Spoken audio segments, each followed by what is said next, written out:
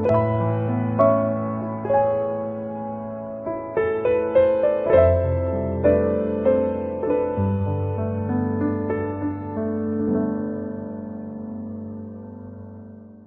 함께 나누도록 하겠습니다.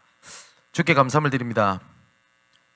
전도의 열매 이전에 전도자의 가슴을 품을 수 있도록 은혜를 주신 아버지, 그것이 응답이요 그게 영원한 언약임을 고백합니다. 이 시간 각자 흩어진 곳에서 말씀을 들을 때에 하나님의 말씀을 듣고 수종들며 또한 그 말씀을 이루는 천군천사의 능력으로 각 현장마다 시공간 초월의 능력으로 역사하여 주옵소서.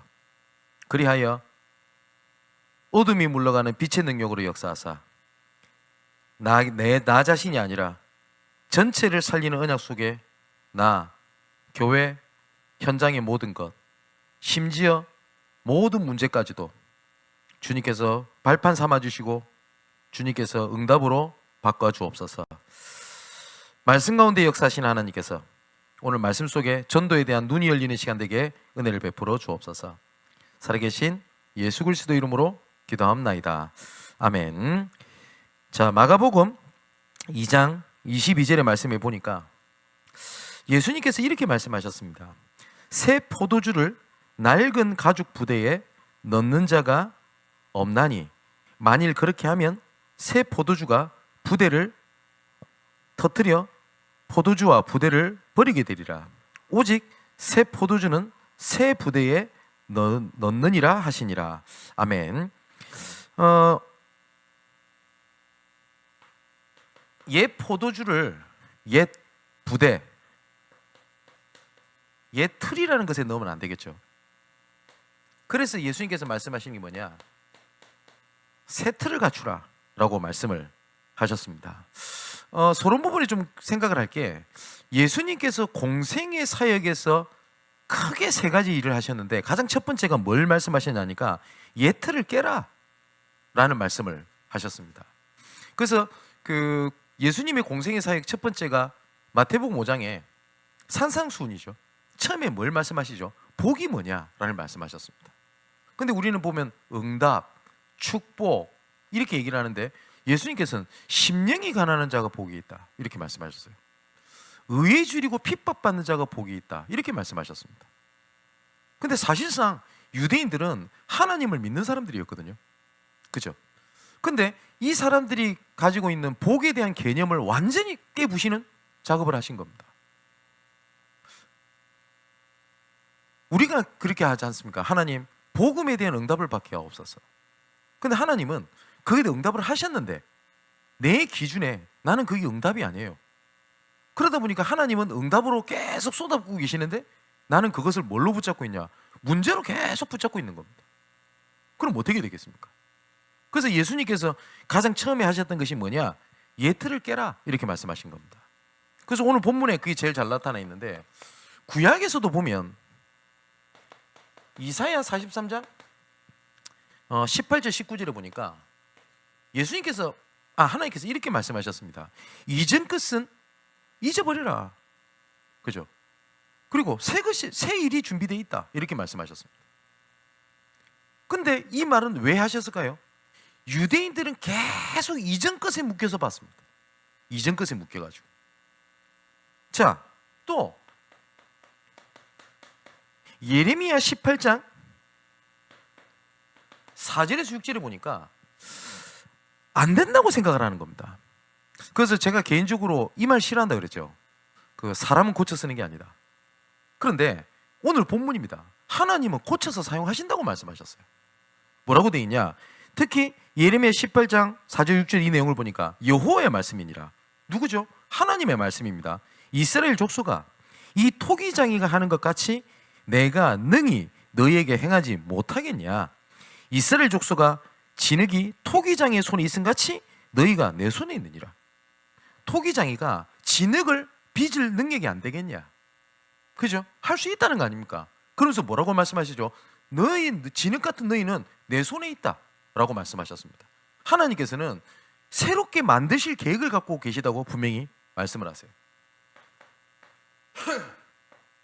고린도후서 5장 17절에도 보니까 이전 것은 지나갔으니 뭐요? 보라 새 것이 되었도다.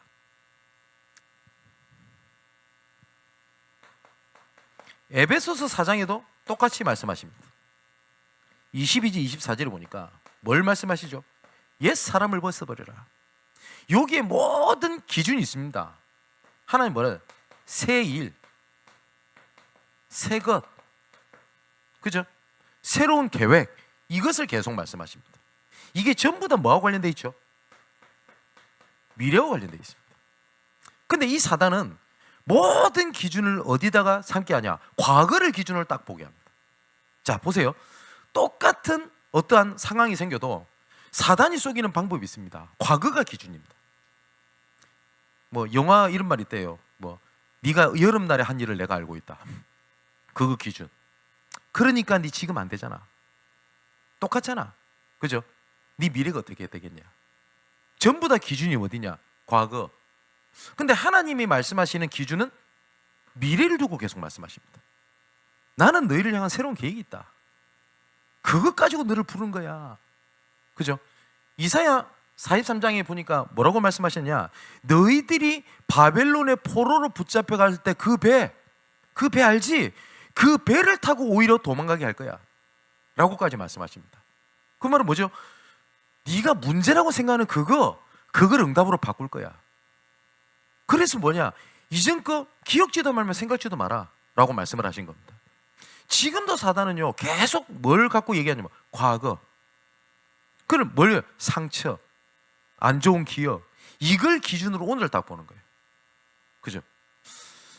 여러분의 자녀를 망치는 최고의 방법이 있습니다. 뭐냐? 과거를 기준해서 오늘을 평가해 버리면 돼요. 네 옛날에 그랬잖아. 하나도 안 달라졌네. 내 자녀를 망칠 수 있는 제일 좋은 방법. 계속 과거. 똑같네. 네 앞으로도. 그죠? 자녀를 올바르게 할 수 있는 방법이 있습니다. 나는 너를 기대한다. 그죠? 미래를 기준으로 두면요 작은 것이 굉장히 감사해요. 근데 과거를 기준으로 하면 지금 주시는 응답이 나한테는 부족해 보입니다.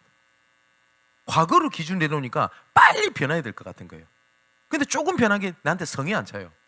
근데 미래를 향해서 기대를 두고 있잖아요. 그 작은 하나가 얼마나 크게 보이는지 압니까? 그래서 어떤 사람은 작은 것에 감사, 어떤 사람은 이것 가지고 되냐? 라고 얘기를 하거든요. 그 기준이 어디에 있냐? 과거냐? 미래냐입니다. 자, 그래서 어떻게 내가 세트를 갖추겠냐 할 때 디모데전서 2장 5절에 보면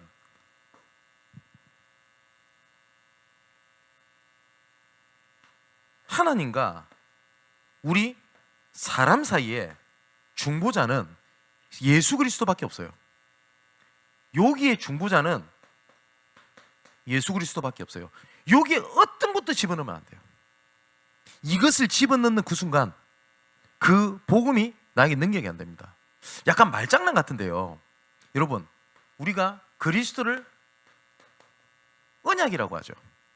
그래서 어쩔 때는 우리가 보통 뭐라고 합니까? 순수 복음 혹은 순수 언약 이렇게 얘기를 하잖아요. 어떤 것도 포함시키면 안 돼요. 여러분, 언약이라는 단어에 짝대기를 하나 추가해버리면 연약이 됩니다. 말장난 같지만은 그리스도라고 하는 복음 안에 내가 다른 걸 집어넣으면 그때부터 그 복음이 완전함이 떨어져 버려요. 그러니까 복음 하는데 왜 잘 안 되지? 이 말이 나오는 겁니다. 그래서 어떤 것도 추가시키면 안 돼요. 그게 무슨 말이냐? 그리스도가 아니면 하나님 만날 수 없잖아요. 그죠? 우리 인간이 하나님께 구원받는 유일한 기준은 중보자는 예수 그리스도 외에는 없어요. 여기에 다른 걸 집어넣으면 절대 안 돼요. 여기에 목사가 들어가도 안 돼요. 맞지요? 그래서 어떤 그 목사님 기도를 받고 응답받는다? 틀렸습니다. 이번에 제 중학군 갔다 왔는데 그 어떤 할머니 좀 되시는 분인 것 같아요. 은혜를 받았다는 거겠죠. 그래서 저한테 찾아오셨어요. 근데 뭐 손짓 발짓 하면서 얘기하는데 제가 잘 못 알아듣지 않습니까? 그래서 우리 고소희 목사님 통역을 하는데 이분이 그 심장 수술을 했대요, 얼마 전에. 근데 이분이 참 복음에 대해서 갈급하고 이러니까 그 아픈 몸을 이끌고 오신 거예요. 네. 그래서 이분이 말씀하신 게 뭐냐니까 그 목사님 저를 위해서 기도해 달라는 겁니다. 그래서 제가 이분한테 이런 얘기를 했어요. 할머니, 제가 기도할 수 있습니다. 그런데 응답하실 수도 있습니다. 근데 그렇게 되면 하나님의 응답 사이에 목사님 제가 들어가는 겁니다. 그렇게 하지 마시고 저 진짜 기도할 테니까 기도 안 하겠다는 게 아닙니다. 오늘부터 이 시간에 정말 내가 이렇게 연약한 몸을 이끌고 내가 주 앞에 나왔습니다. 하나님 아실 겁니다. 그럼 아픈 부위를 내가 몸에 손을 대고 기도하는 겁니다. 정말 제가 기도하겠습니다. 기도를 안 하겠다는 게 아닙니다. 오해하지 마시라고. 그랬더니 할머니가 알겠다 하더라고요. 그런데 이분이 계속 아파하시면서 계속 주무르면서 말씀을 읽으시더라고요. 모든 시간을 마치고 난 다음에 이 할머니가 저를 손을 붙잡고 우세요. 외국 중국 할머니가. 그랬더니 뭐라고 하느냐니까 말씀 도중에 그때도 이 얘기를 했거든요. 하나님과 나 사이에 어떤 것도 집어넣지 마라. 근데 이 할머니 뭐라고 하냐, 자기는 항상 목사님한테 아니면 뭐 내 가족들한테 기도 부탁을 해서 기도가 모이면 날 응답받는 줄 알았대요. 나는 예수 외에 가족, 목사님을 내가 집어넣었다고. 근데 이것이 딱 머리에 딱 뭐가 딱 스치더래요. 그래서 오직 예수란 말이 붙잡히더랍니다. 뭐 계속 확인해 봐야 되겠습니다만은 그때부터 안 아프대요, 할머니가. 그럼 안 아픈 것 같더라고요. 그죠? 제가 한 거 없습니다. 왜냐? 제가 중간에 들어가지 않았기 때문에. 근데 우리는 어떻게 생각하는지 아세요? 그냥 우리가 저 사람이 복음 안에서 잘 세워졌어. 그러면서 뭐라고 하죠? 내가 이렇게 도왔더니 이 말을 듣고 내가 들어갑니까? 아닙니다. 그죠? 여기 목사다가 들어가도 안 돼요. 왜 천주교가 틀렸냐? 왜 천주교 신부 지가 들어가냐고요. 왜 여기다 마리아를 집어넣냐고요. 그죠? 그런데 다른 걸 집어넣는 걸 보고 뭐라고 그러죠? 이단. 맞죠? 사이비. 그렇지 않습니까? 왜 몰몬교가 틀렸죠? 그 교주 이름 뭐더라? 제가 까먹었는데 어쨌든 그 몰몬교. 말씀이면 되지 왜 몰몬교를 집어넣습니까? 맞죠? 이단. 천주교 이단이거든요. 왜? 다른 걸 집어넣었잖아요. 근데 여기다 많은 사람 뭘 넣죠? 간절함, 열심, 노력. 유대인은 어떻게 합니까? 율법, 할례. 그죠? 그래서 바울이 얘기하는 겁니다. 오직 그리스도에는 길이 없다. 그런데 많은 사람이 여기다 뭘 자꾸 집어넣어요. 그런데 뭘 딱 집어넣잖아요. 사단은 정말 그거 잘합니다. 그 부분을 딱 건드립니다. 그럼 무너져 버리거든요.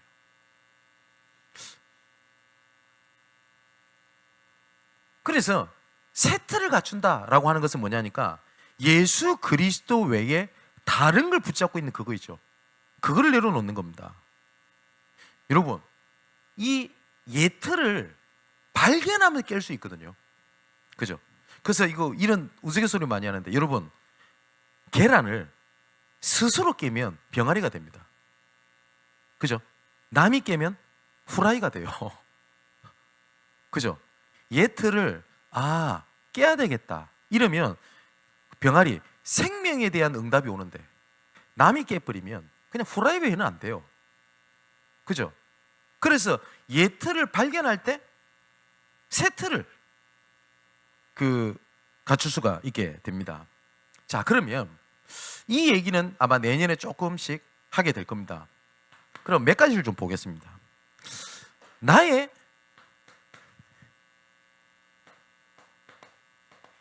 현실이라고 하는 예틀을 어떻게 새 틀로 바꾸겠냐 할 때 제일 중요한 게 눈입니다. 이거를 다른 말로는 뭐라고 하죠? 망대, 눈입니다. 어떤 사람은 예를 들어서 내가 보는 거에 따라서 내 현실을 내가 누리는 게 다 달라져요. 여러분, 예를 들어 물컵이 있는데 목마른 사람에게는 물 반컵이 있잖아요. 그러면 목도 마른데 물 반컵밖에 없다 이렇게 봅니다. 근데 목이 안 말라 그런 사람에게는 어떻게 보죠? 물 반컵이나 있네 이렇게 봅니다. 근데 똑같은 걸 보는데 다르게 봐요. 그죠? 내가 눈이 틀리면 아무리 하나님이 응답을 주셔도 그게 응답으로 안 보입니다. 자, 창세기 6장 8절에서 9절에 보니까 누구죠? 노아입니다. 그러나 노아는 은혜를 입었더라. 재앙시대 때 하나님의 은혜를 바라봤던 자가 누구냐? 노아입니다. 또 창세기 13장 18절에 롯을 내보내고 난 이후에 아브라함이 했던 눈이었습니다. 단을 쌓았더라. 보는 눈이 다르죠. 자, 창세기 37장 1절에서 11절의 말씀을 보니까 이때 요셉이 뭘 보게 되죠? 꿈을 꾸게 되죠. 이 꿈을 꾸고 난 이후에 모든 이루어지는 것을 하나님의 주신 꿈을 이루는 하나님의 방법으로 봤어요. 그 응답이 45장 5절. 형들이 나를 팔았다고 해서 두려워하지 마소서. 자, 형들이 나를 판 건 맞아요. 뭐예요? 사실을 얘기한 겁니다. 그러나 하나님께서 뭐예요? 나와 우리 가정을 구원하시기 위하여 나를 먼저 애굽에 하나님이 보낸 겁니다. 뭐죠? 영적 사실. 그 다음 계획을 본 겁니다. 그죠?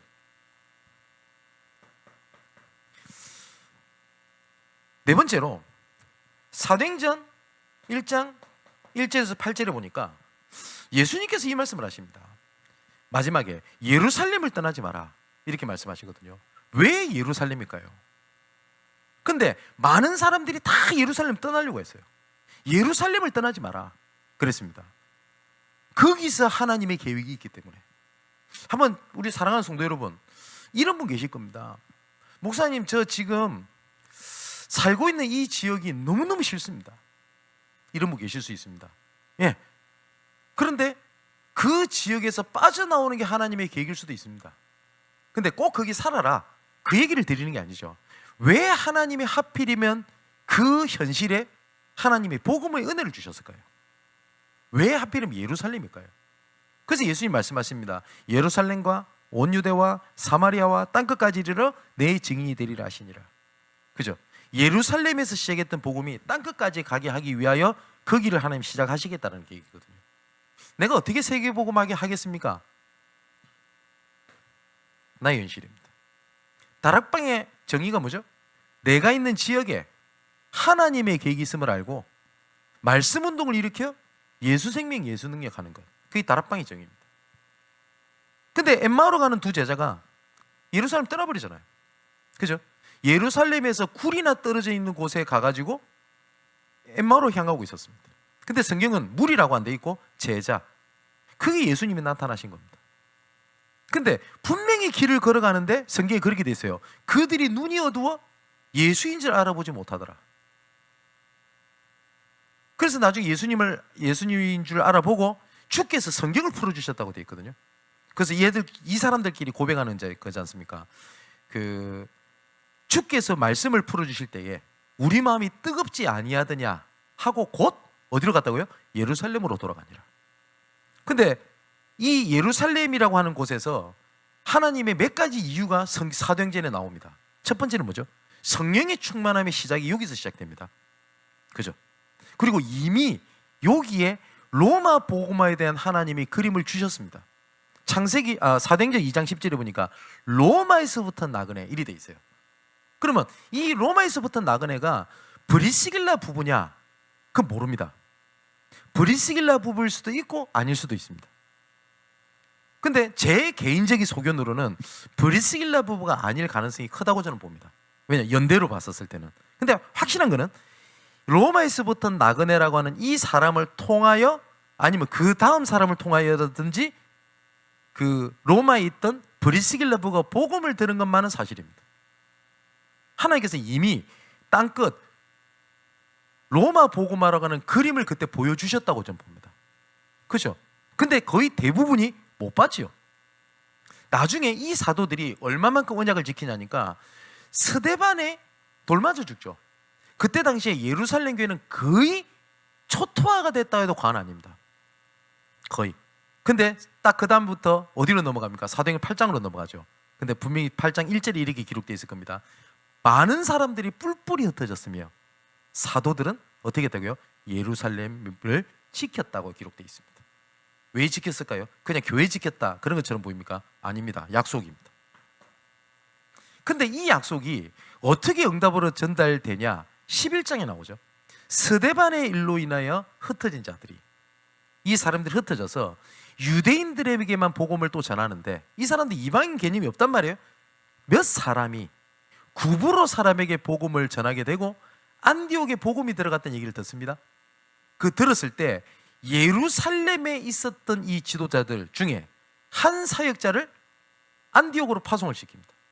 그게 누구냐? 바나바를 파송을 시킵니다. 그래서 바나바가 예루살렘 교회 출신이죠. 그래서 이 바나바가 지도자로 파송받자마자 가장 잘했던 것 중에 하나가 먼저 했던 것이 뭐였냐? 잊혀져 있던 한 사람을 찾아갑니다. 누구죠? 바울을 찾아갑니다. 바울이 사실상 사도행전 9장에 예루살렘 교회에서 환영을 받지 못했던 인물입니다. 근데 바나바가 왜 그렇게 생각했는지 모르겠어요. 근데 확실한 거는 이 바울을 의미 있게 마음에 담았던 건 맞는 것 같습니다. 그래서 파송받자 말자 바울을 데리고 오죠. 그죠? 그래서 1년 동안 안디옥에서 많은 무리를 가르치게 되니 비로소 거기 있는 제자들이 뭐라고 일컬음을 받았다고요? 그리스도인이라 일컬음을 받았더라.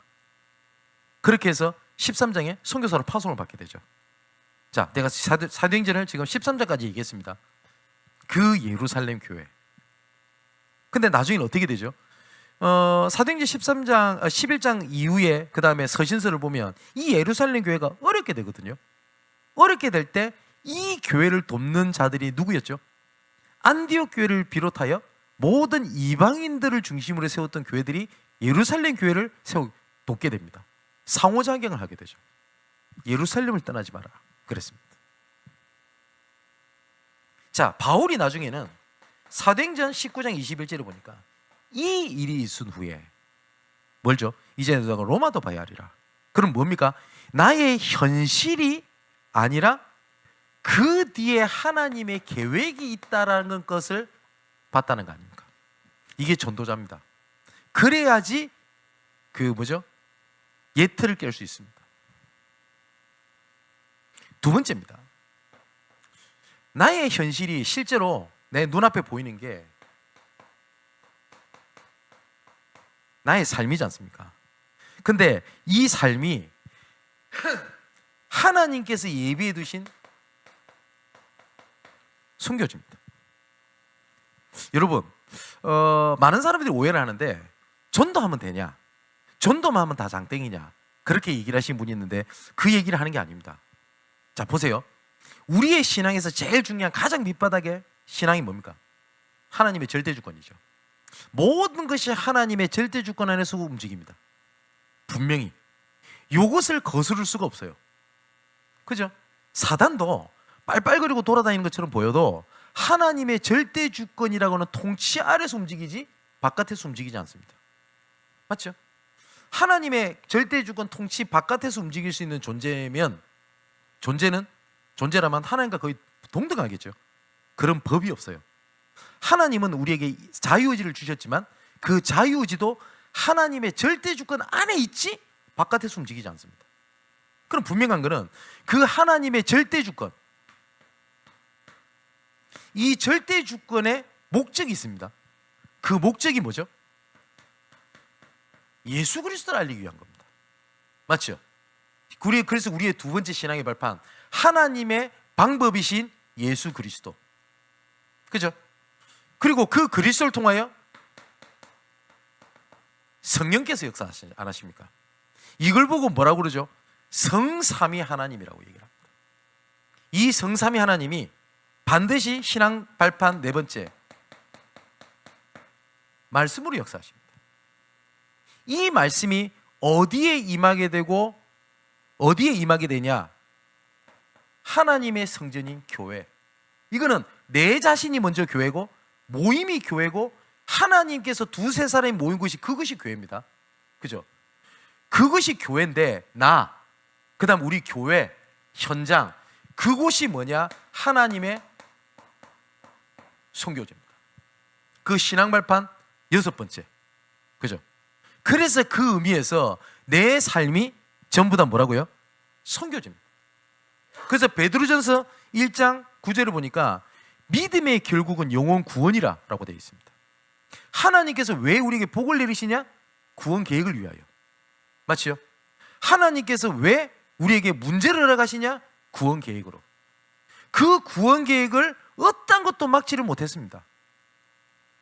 그죠? 자, 성경을 그래서 잘 봐야 돼요. 이스라엘 백성들이 언약을 놓쳐서 노예에 빠졌다. 맞습니다.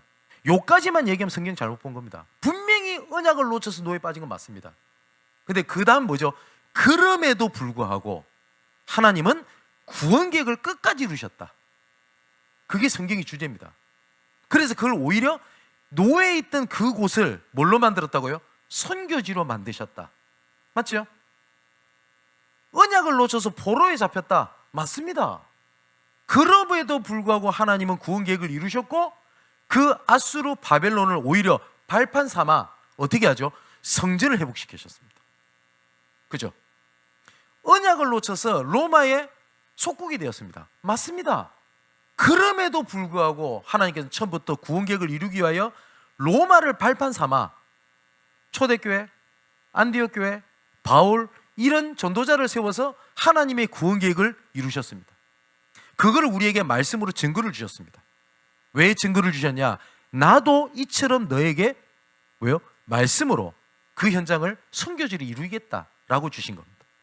그렇다면 나의 삶 속에 나타나는 문제는 문제가 아닙니다. 그죠? 뭐요? 계획. 그 모든 계획의 마지막에는 뭐가 있죠? 전도 계획이 있습니다. 분명합니다. 이번에 중학교 가가지고 재밌는 포럼을 들었어요. 너무 어려웠대요. 선교사님이. 근데 제가 6년 전인가 7년 전인가 그 염성이라고 하는 데를 갔거든요. 그때가 이제 막 이제 한국에서 어려움을 당하고 이제는 자기 중국에 넘어갔을 때였습니다. 난 몰랐어요. 근데 자기가 제일 어려웠을 때래요. 경제적으로도 어렵고 마음적으로도 어렵고. 그러니까 뭐 당장 오니까 뭐 그렇다고 목회를 할 수 있는 게 아니지 않습니까? 그래서 제가 염성이라는 지역을 왔다는 얘기를 듣고 그래도 선배 목사님 만나야 되겠다 해가지고 넘어온 거예요. 그냥 한국에 한 20년 살다가 이리 가노니까 중국말도 잘 안 돼, 이 친구가. 중국 사람인데. 그래서 저랑 그냥 지냈어요. 그래서 뭐 먹고 싶냐 이러니까 양고기 먹고 싶대, 오랜만에. 그래서 사주고. 물만두 먹고 싶대, 사주고. 그래서 편하게 좀 있게 해줬어요. 근데 잠을 안 재우네요, 이 친구가. 그래서 잠 안 재우고 계속 저한테 무슨 얘기를 하는 겁니다. 근데 저한테 얘기하면서 뭘 꾹적꾹적 거려요. 저는 그러고 그냥 까먹었거든요. 저는 그냥 잊고 살았어요. 근데 이번에 딱 갔더니 저한테 씩 웃으면서 그래요. 유일하게 한국말을 할 수 있는 사람 그 친구밖에 없지 않습니까? 그때 염성에서 기억납니까? 이러길래 까먹고서 있었으니까 그랬던 것 같다고. 그때 제가 잠 안 재웠던 거 기억하죠? 그러니까 그랬던 것도 기억난다고. 그때 저한테 무슨 얘기했는지 기억하십니까? 이러길래 그걸 왜 어떻게 기억해 그걸. 그죠? 그래서 제가 지금 와서 솔직히 얘기하는데 그때 제가 몰래 녹음을 했습니다. 이래요. 그래서 녹음을 틀어주더라고요. 그러니까 그때 제가 뭔 얘기를 하면서 막 얘기하는 것이 녹음이 돼 있어요. 근데 그때 뭔 얘기했냐니까 뭐 캠프가 어떻고 전도 시작을 어떻게 하고 이 얘기를 했다더라고요. 그때 제가 많은 것이 깨지는 시간이었던 것 같습니다. 그러면서 그때 들었던 말씀이 어떻게 응답됐는지를 자기가 정리를 하기 시작했대요. 그래서 제가 했던 얘기를 전부 다 중국말로 녹취를 다 했어요. 저는 몰랐어요. 그래서 저한테 이렇게 얘기를 하더라고요. 그래서 너무 감사해가지고 제가 뿌듯한 게 아니라 제가 안아줬어요. 고맙다고. 오히려 제가 이렇게 전도자리 있어서 고맙다고. 여러분 그러면서 뭐라냐, 그때 나왔던 문제 있지 않습니까? 그때 막 어려움 당하고 했던 그것이 전부 다 이게 전도의 문이 들어요. 자, 성경 구절 한번 볼까요? 골로새서 4장 2절 3절 뭐라고 되어 있습니까? 우리를 위하여 기도하되 전도할 문을 열어달라고 기도해라. 요까지만 하면 이해가 되죠? 근데 4절에 뭐라고 합니까? 이 일 때문에 우리가 매임을 당하였노라. 바울은 뭐예요? 감옥에 갇힌 매임당한 이게 전도의 문이라고 봤어요. 다른 거 아닙니까? 그래서 루터가 이걸 보고 뭐라고 주석을 했냐? 바울이 감옥에 갇힌 게 아니고 감옥이 바울에게 붙잡힘 당한 것이다, 이렇게 표현했어요. 올바르게 표현한 거죠. 자, 내가 하고 있는 이 일 의식주입니까? 그렇지 않죠. 여러분이 섬기고 있는 교회, 지금 내가 지금 섬기고 있는 직분, 그게 뭐 좀 은혜 되니까 좋아서 그런 겁니까? 그렇지 않죠. 우리의 모든 만남들, 불신자들도 뭐라고 하는지 압니까? 그 불교에서 쓰는 말이라고 하대요. 옷깃만 스쳐도 인연이다. 불교에서 쓰는 말이래요. 그 말을 알아보니까 불교 사람들보다 우린 못하잖아요. 우리는 뭐예요? 관심이 없어요. 아니면 내가 원하는 사람을 만나려고 하지 옷깃만 스쳐도 인연이다 안 보잖아요. 그죠? 불신자보다 못하면 되겠습니까? 모든 지역에는 하나님의 계획이 있는 장소가 있고 거기에 함께 할 수 있는 하나님의 제자가 예배되어 있습니다. 확실합니다. 사도행전을 보면 항상 지역 이름과 제자 이름과 장소 이름이 항상 같이 나옵니다. 거의 여기 장소는 집이었습니다. 집. 이걸 다른 말로 미션 홈이라고도 하죠. 항상 그렇습니다. 이쪽 지역에 하나님의 지속할 전도운동이 어디 있겠냐 할 때 두 가지를 찾아내야 돼요. 함께 지속할 수 있는 제자, 그리고 제자가 있다는 말은 장소가 있다는 말이에요. 또 반대로 장소가 예비되어 있다는 말은 제자가 있다는 말이에요. 그 눈치를 채야 돼요.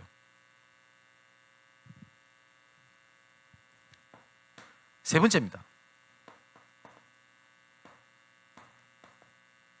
나의 목표죠. 나의 미래라고도 볼 수 있겠죠. 이거를 하나님의 비전과 맞아진다고 하는 것을 찾아내는 겁니다. 그러면 내가 하는 것은 내려놓고 하나님께서 원한 것을 억지로 해야 되냐? 물론 그럴 수도 있겠죠. 그런데 성경에 보면 빌립보서 2장 13절에 너희 안에 행하시는 이는 하나님이시니 자기의 기쁘신 뜻을 위하여 너희로 소원을 두고 행하게 하시나니, 하나님께서는 우리에게 소원을 두고 일을 진행하시는 겁니다. 그러면 내가 하고 싶은 일 속에 하나님의 비전이 무엇인지를 찾아내는 겁니다. 우리 랩런트들, 내가 미술을 좋아한다. 예, 그 미술 속에 하나님의 계획을 찾아내는 겁니다. 무슨 말인지 이해되시죠? 근데 나는 미술을 하고 싶은데 하나님의 계획이 미술 하지 말란다. 그럴 수도 있을 수도 있습니다. 근데 하나님은 너희 안에 행하시는 이는 하나님이시니 자기 기쁘신 뜻을 위하여 너희로 행할 너희에게 소원을 두고 행하게 하신다고 되어 있거든요. 자, 그렇다면 이것을 바라볼 수 있는 나의 오직, 더 정확하게는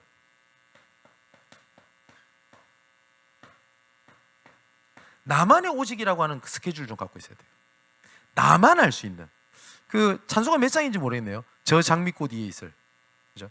그 맨 끝에 후렴부 어떻게 됩니까? 알 사람이 없도다 주가 나와 동행을 하면서, 맞죠? 그걸 알 사람이 없다 합니까?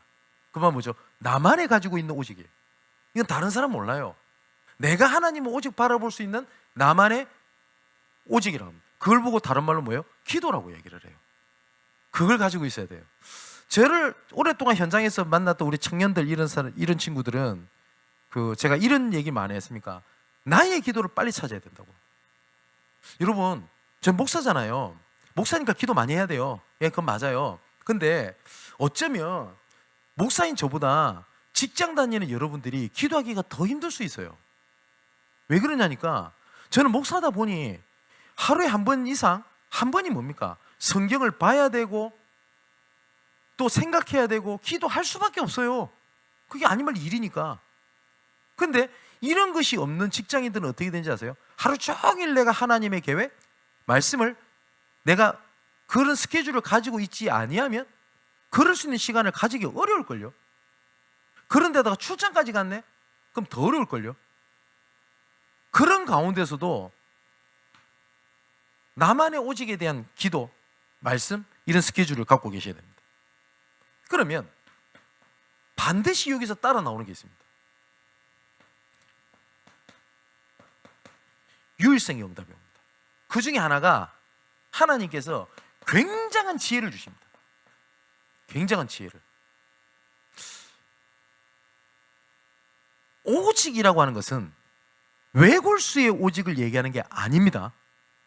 그죠? 다 필요 없어. 밥 먹을 필요 없어. 신앙의 생활할 때나 혹시 만남도 다 필요 없어. 그냥 오직 내가 하나님만 바라보겠다. 그런 오직을 말하는 게 아닙니다. 성경에서 말하는 오직은 풍성함을 얘기합니다. 성경에서 오직 예수 외에는 길이 없다. 이 말은 외골수적인 복음을 얘기합니까? 그게 다기 때문에 오직을 얘기하는 겁니다. 맞죠? 여러분, 어떤 상자에 열쇠고리가 있어요.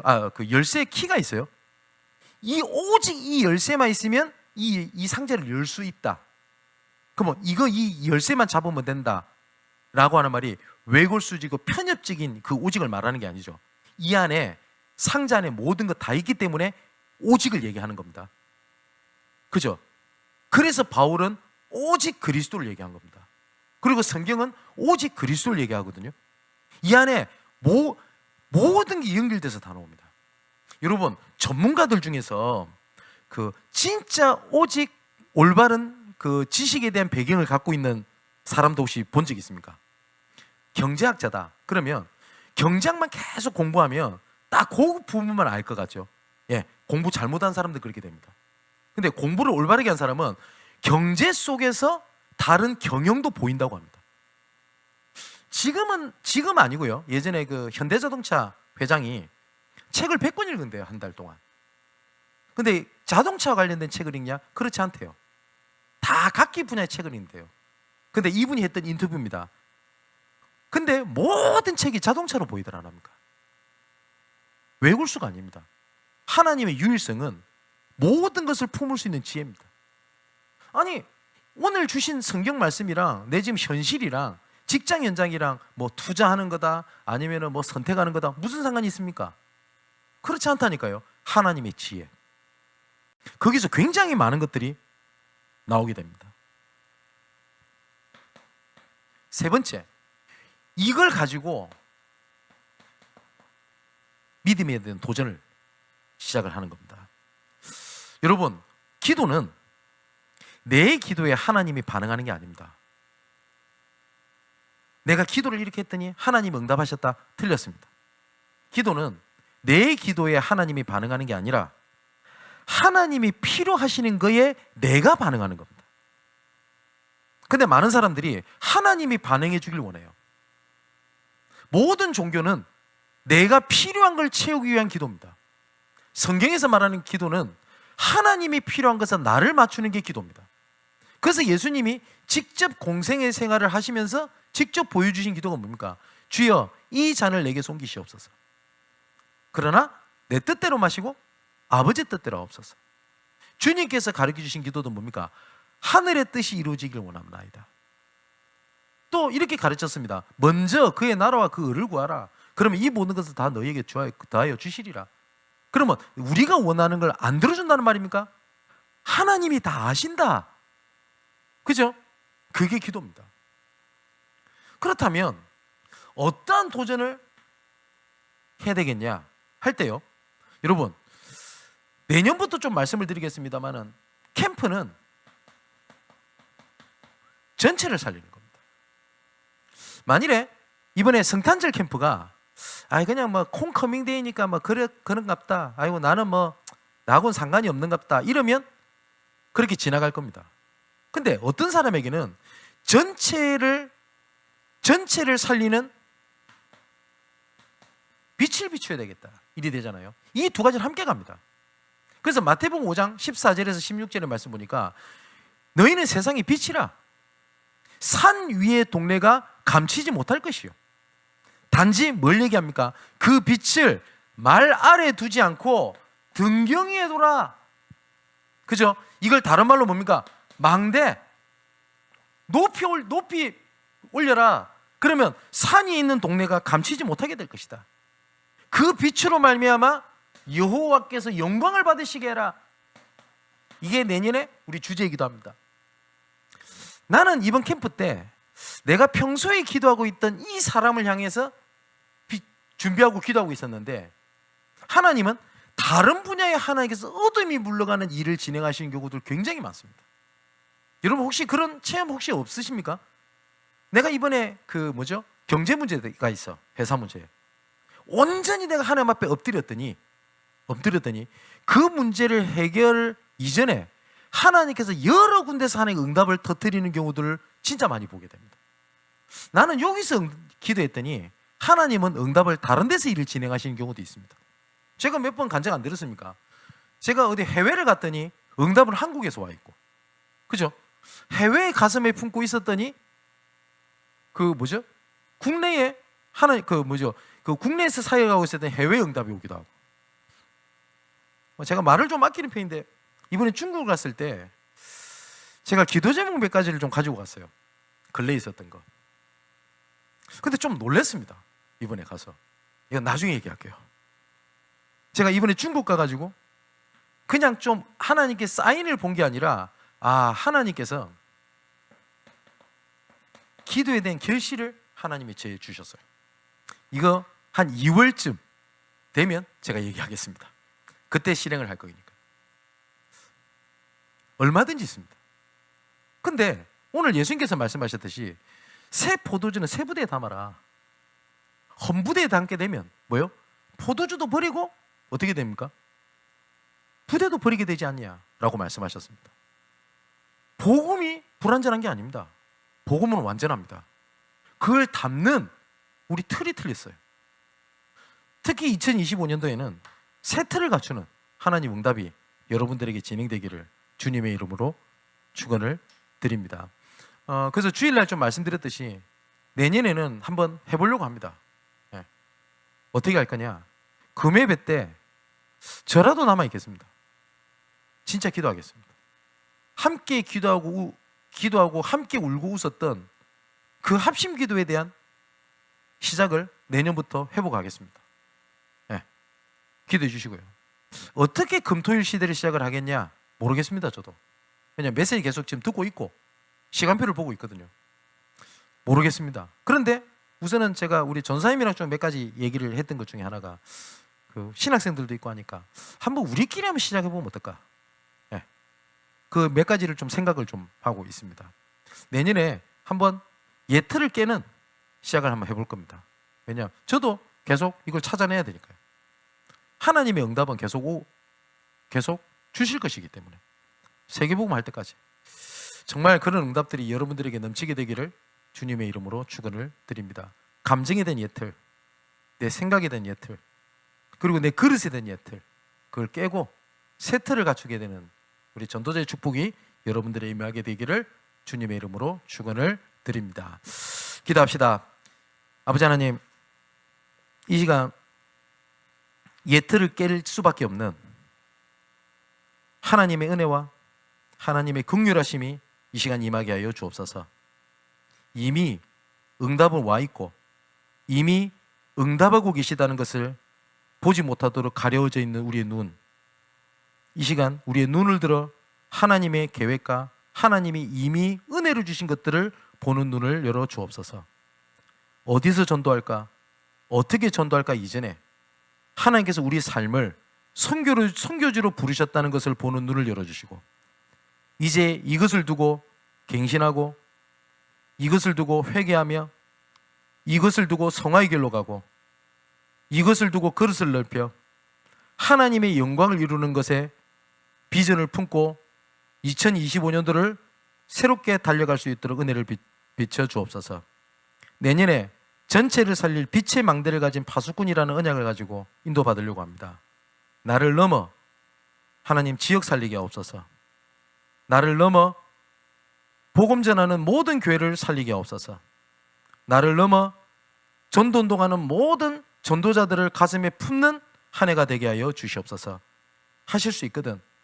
이 일에 쓰임받는 나, 이 일에 쓰임받는 교회, 이 일에 쓰임받는 현장이 되게 하여 주옵소서. 오늘 합심 기도의 능력을 회복하기 원합니다. 각자 흩어져 있는 곳에서 말씀 붙잡고 기도할 때에 각 곳곳마다 마가다락방에 임하셨던 성령의 충만함이 임하는 시간 되게 하여 주옵소서. 살아계신 예수 그리스도 이름으로 기도하옵나이다. 아멘.